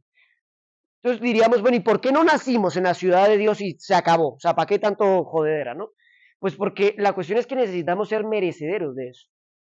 Desde esta visión, nadie entra al reino de Dios si no ha hecho la tarea antes, ¿no? Si no ha entendido. Pues no somos autómatas, no somos máquinas. Tenemos esa libertad, ese libre albedrío y por tanto la oportunidad de elegir bien o elegir mal, como tú dijiste. Me parece una buena definición. Bien, solo por ir avanzando un poco más, me quedan dos y ya con eso acabo. Hay otra perspectiva, saltamos a la modernidad, el siglo XVIII, con Immanuel Kant, y esta es interesante en la medida en que Immanuel o Emanuel, bueno, se llamaba Immanuel, pero se cambia a Immanuel. Kant era una persona supremamente extraña, nunca sale de su ciudad natal, Königsberg, tiene dos oportunidades de casarse, pero decía él que las mujeres necesitan tiempo y por tanto la filosofía se iba a ver truncada por el tiempo que le iba a otorgar a su pareja. Así que ponderó y dijo filosofía y nunca se casa. Yo creo que psicológicamente hablando, ese personaje tenía que haber tenido una traba, fijo, es raro, rarísimo. Es la anécdota de que en algún momento en la plaza central de Königsberg se daña el reloj central y entonces el que lo repara y dice, bueno, ¿y qué hora es? ¿Qué hacemos? ¿Dónde lo ponemos? ¿No? Entonces le ocurre a uno de ellos, esperemos que pase Kant. ¿Por qué? Porque siempre pasa a la misma hora. Es tan extraño que come a la misma hora, se duerme a la misma hora, camina y hace su paseo a la misma hora. Entonces lo vieron y pusieron la hora. Eran las 3. Es muy raro. Él decía, yo puedo conocer el mundo sin salir de mi casa. Eso es lo que explica la crítica de la razón pura. ¿Por qué? Porque él dice que el hombre crea el mundo. El hombre le da sentido. El hombre domina su realidad y la nomina. O sea, le dice al cielo, cielo, y a la nube, nube. La nube no dijo, yo quiero ser nube y ser blanca, ¿no? O sea, aparte el blanco no es una característica de la nube. El blanco es una característica que nosotros le dimos a esa cosa que llamamos nube. Entonces, la filosofía kantiana es una filosofía ontológica, es una filosofía de teoría del conocimiento. Pero además, lo que más se ha reconocido de él es su propuesta ética o la propuesta deontológica, la del deber, ¿no? La del deber ser. Obra de tal manera en que tu actuar se convierte en universal. No hagas lo que no quieres que te hagan. Alguien me iba a preguntar algo. Sí, solo quería, o sea, que hay un cambio como de, no sé cómo se diría esto, pero según lo que están diciendo Sócrates, son como realistas. O sea, ellos piensan que hay una realidad que sí se puede llegar a conocer parcialmente, pues, Ok, y Kant está como excelente pregunta. ¿no? Sócrates dice efectivamente que sí hay una realidad y que esta se puede conocer, o mejor dicho, que sí hay una verdad. Por supuesto también San Agustín, salvo que desde una interpretación judeocristiana y desde una interpretación ateniense, veámoslo así, clásica. Kant dice, también hay una realidad. ¿Dónde? No lo sé, no la conozco, no tengo ni idea, no puedo hablar de eso, porque creo que la mejor definición es la de Heidegger. El ser humano no habla el idioma del ser, hablamos el idioma de las cosas, hablamos de una mesa, de una lámpara, qué sé yo, de sus características, como diría Aristóteles, de sus atributos, accidentes, ¿no? Ahora, ¿qué es su substancia, o lo húmeno, como diría Kant? No tengo ni idea. Obviamente hay una superación a él, ¿no? Que serán otros, pero sí, a tu pregunta sería en esa línea. Ahora, ¿qué piensa Kant sobre la libertad? Dice que ser libres es actuar conforme a la propia razón. ¿Qué es esto? Es salir de esa minoría de edad que nos vuelve incapaces, por lo tanto debemos liberarnos de esas cadenas. Las personas que se atreven a usar su razón, a pensar por sí mismas, Kant las llama emancipadas. Y estas personas son las que alcanzan esa mayoría de edad. Kant trata la mayoría de edad como algo que viene dado por las situaciones o el contexto de los individuos, pero que se da como una revolución en nuestro espíritu, una revolución en contra de la obediencia ciega de amos.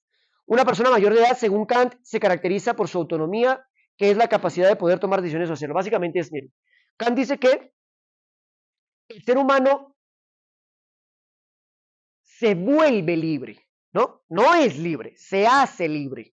Ejerce su libertad en la medida en que se emancipa, pero no porque me voy de la casa, sino literalmente en la medida en que me hago responsable de lo que hago.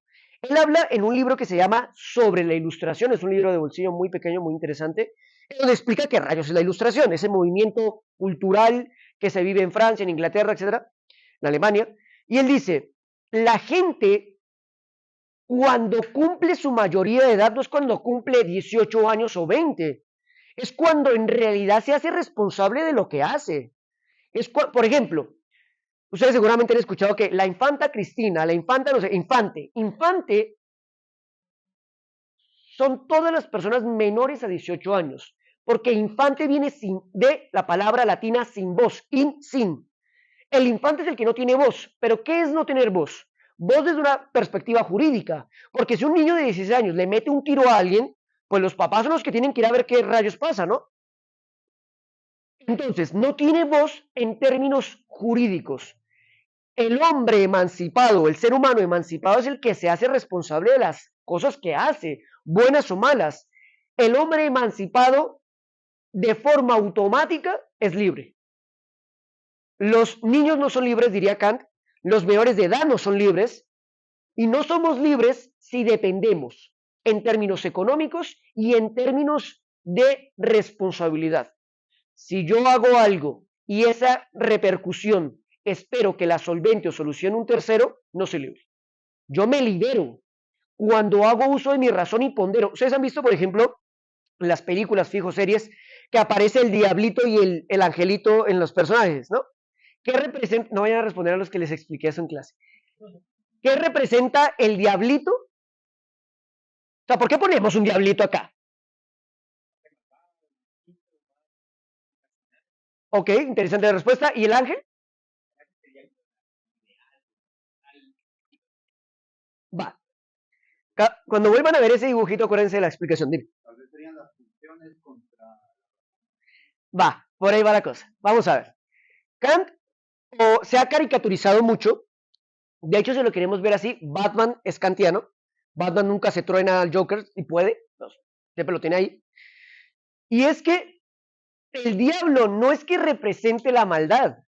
El diablo representa lo que queremos hacer. Porque el diablo te dice, dale, hazlo. Sean bolas, dale. Ahora, ¿qué dice el ángel? No, ve en contra de tu naturaleza. Porque yo digo, pues yo me quiero comer, no sé, 4 hamburguesas. Y el diablo dice, dale, tú quieres. O sea, lo que te está haciendo es, hágale. ¿Qué dice el ángel? Mire, tal vez hay una repercusión negativa. El ángel representa la razón. O sea, ambos representan pulsiones. Pero es el ángel el que te dice, reflexiona lo que estás haciendo. Claro, yo quiero dinero. Y, bueno, ¿sabes que le meto el tiro a este para que me quede con su... El diablito te diría, sí, dale, lo que quieres hacer es eso. El ángel te diría, más bien, reflexiona. Y por tanto, la idea de... ¿Cómo se llama esto? Lo de la... el deber moral, no. El término que utilicé antes, actúa de tal manera en que tu actor se convierta en universal, es un... ¿Cómo? Gracias, un imperativo categórico, que se me dan las palabras. Ese imperativo dice, ¿cómo yo evalúo lo que está mal o lo que está bien? Porque uno dice, bueno, ¿y entonces? ¿Cómo yo sé lo que está bien y lo que está mal? Pues Kant en realidad responde de forma muy elemental, y esto aparece en un texto donde dice que las personas hacen lo que hacen si están dispuestos a soportarlo. O sea, si yo, por ejemplo, miento, estoy dispuesto a que me mientan. Si yo engaño, estoy dispuesto a que me engañen. Si yo le meto un tiro a alguien, estoy dispuesto a que me lo metan a mí. Entonces, actúa como quieres que te traten. Tanto, si no quiero que me engañen, si no quiero que mi pareja, como dicen ustedes, me queme el rancho, dicen acá, pues no quemo rancho y ya está. Antes que algo así, de que sabemos algo, el bien y el mal, por ejemplo, si nos ponen a escoger Mozart o Bad Bunny, ya sabemos, todo el mundo acá que es mejor. Pero que escuchamos. Bad Bunny. ¿Qué escuchamos, Bad Bunny? Ajá. Pero en el fondo sabemos que. Lo que pasa es que eso ahí entraría en un juicio de valor respecto al gusto, no a lo bueno o lo malo en Pero términos ¿por qué de... no sabemos si yo no escucho Bad Bunny, pero sí entiendo que. Pero mejor en qué sentido. Pero ¿por qué lo sabemos todos que es mejor? Definamos qué estamos entendiendo por mejor. No, por eso yo tampoco lo entiendo. Ok. Ok. Bueno, yo diría, mira, Pero a cualquiera que le pregunten va a decir. yo creo que ahí entramos en una... Elevado, más. Yo creo que ahí entramos en una falacia, la falacia antiquitatem. Y es, todo lo anterior siempre fue mejor. Si ustedes le preguntan a sus abuelos, fijo, van a decir, no, mi música era la mejor. Y ahora nuestros papás están haciendo lo mismo que hacen nuestros abuelos. Y ahora nosotros vamos a hacer exactamente lo mismo, así va a ocurrir. Va a ocurrir porque son temas generacionales, temas al contexto.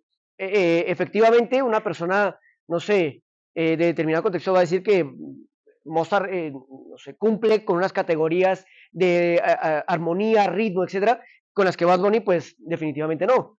Pero bueno, el gran sentir dice que todo lo contrario, si está en las primeras listas de Spotify. Entonces dice, a ver, ¿cómo lo estamos viendo acá? Yo creo que es tema muy subjetivo en ese sentido. Es subjetivo y en economía está esto de la preferencia revelada. Sí. Por ejemplo, le pregunto qué es mejor, la Biblia o una botella de whisky. Pero en la noche no hay iglesias abiertas, solo bares, preferencia revelada. Y al día siguiente la Biblia porque se siente sucio. ¿Cabal? Es, por ejemplo, el problema de por qué, no sé, gana más una persona vendiendo pies en una plataforma digital que yo que doy clases. Bueno, porque la gente valora los pies con uñas sucias, qué sé yo. El tema es el tema del valor subjetivo, es un poco curioso. Que no podríamos pelear por el tema de la remuneración.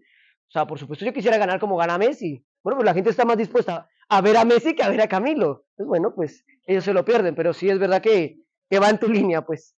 Bueno, hay otra visión, ya para ir acabando, en donde Sartre utiliza una frase que es muy enigmática, que realmente me parece interesante, indistintamente de su ideología política, porque eso es muy cuestionable, su praxis, saben que salía a manifestar, él lo llamaban el filósofo de las calles, porque salía a manifestarse con toda la gente siempre, salía con sus estudiantes, y era un poco extraño. Él inventa el poliamor, creo yo, no sé. Lo que sí es verdad es que, indistintamente de su ideología política o lo que sea, esta frase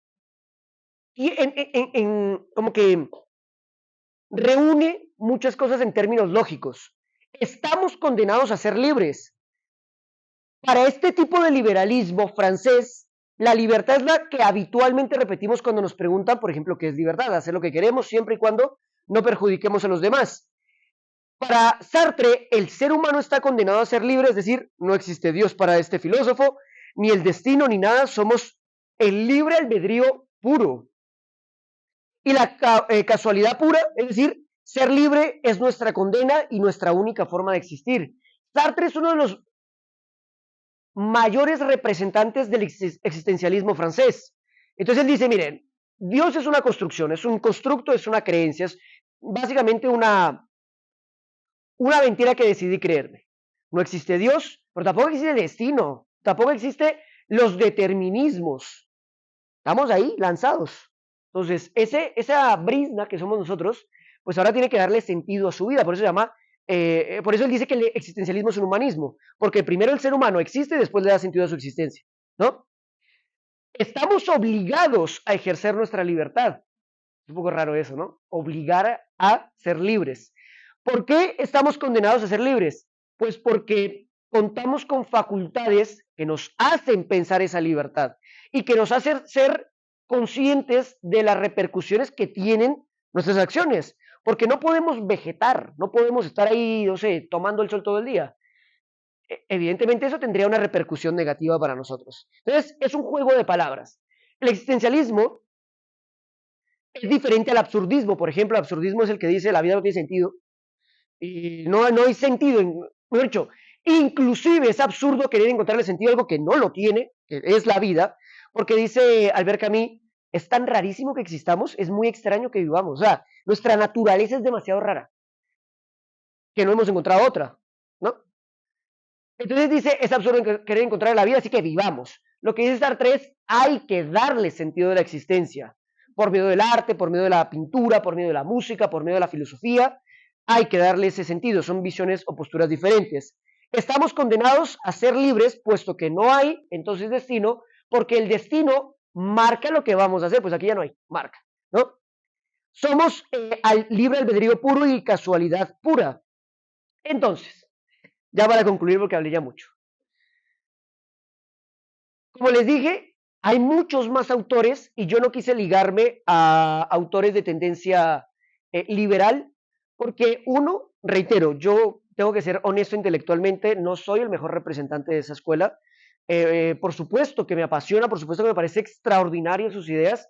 Hay algunas con las que no voy a comulgar. Soy muy crítico, por ejemplo, con Smith, muy crítico. Soy más de la tendencia de Rothbard, por ejemplo. Por tanto, creo que nosotros en ese sentido tenemos como más cercanía con esas ideas, pero con estas casi no. Entonces está bien, como diría mi padre, para poder criticar al enemigo hay que conocer al enemigo, hay que saber qué come, cómo se viste, ¿no? ¿Qué piensa? Porque uno puede decir, no, es que no queremos el comunismo, queremos hacer Venezuela. No, esos argumentos no son argumentos, son simplemente banalidades y superficialidades, no podemos repetir. Hay que darse a la tarea de exigirse, tener argumentos, de esforzarse por tomar posturas con conocimiento de causa. Y eso exige leer a los que no nos gusta leer. O más bien, no es que no nos guste leer a con los que no comulgamos en sus ideas. Pero para eso están las ideas, para destruirlas. Conclusión. Estas son algunas visiones de la libertad a lo largo de la historia, y hay muchísimas más, por supuesto. Y debe quedarnos algo muy claro. Es imposible tener el concepto total de libertad porque los conceptos se encierran. Yo empecé así la sesión. Los conceptos se encierran y encerrar la libertad es ridículo. Yo no apuesto por una definición de la libertad. Yo creo que la libertad no se puede definir. Eso ya es una interpretación mía. Creo que la libertad es un continuo, es una acción, es algo que hacemos con algo que ejercitamos, algo que empleamos de forma diaria, cotidiana. La libertad no es un punto de llegada, eso ya es una interpretación mía, porque bueno, ya soy libre, ¿y qué hago con eso? ¿No? Es un poco raro. Mañana, ¿qué ocurre? Así que, ligándolo a mi área y a mis clases, pues, ¿qué relación hay entre filosofía, amor o libertad? La filosofía no nos provee de certezas ni de respuestas definitivas sobre los grandes cuestionamientos existenciales, un cuestionamiento sobre qué es la libertad, pero nos ejercita en la libertad de la pregunta y nos invita a ser más libres, más abiertos, a ser más sensibles con el mundo que nos rodea.